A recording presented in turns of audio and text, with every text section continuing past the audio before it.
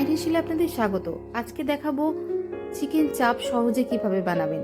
তার জন্য নিয়েছি চিকেন, তার মধ্যে দিচ্ছি লবণ, টক দই, আদা বাটা, পেঁয়াজ বাটা, রসুন বাটা, ঝাল লঙ্কার গুঁড়ো, কাশ্মীরি লঙ্কার গুঁড়ো, কাজু, পোস্ত এবং চারমগজ একসঙ্গে বেটে নেওয়া, জায়ফল, জয়িত্র গুঁড়ো এবং একটু কেওড়া জল। ভালো করে 3-4 ঘন্টা ম্যারিনেট করে নিয়েছি। এর মধ্যে দিচ্ছি 1 টেবিল চামচ ঘি এবং 2 থেকে 2.5 টেবিল চামচ মতো সাদা তেল। তেল গরম হলে এবার একে একে চিকেনের টুকরোগুলো ভেজে নেব হালকা লাল করে।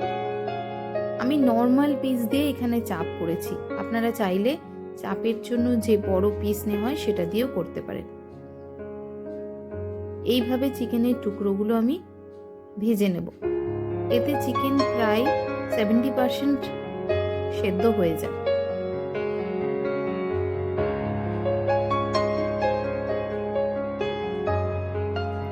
এভাবে এই তেলে একে একে সব চিকেনগুলো ভেজে নেব।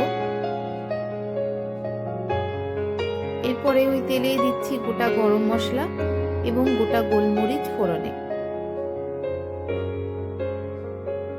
তারপরে চিকেন মাখানো যে মশলাটা ছিল সেই গোটা মশলাটা এর মধ্যে দিয়ে কষাতে থাকবো।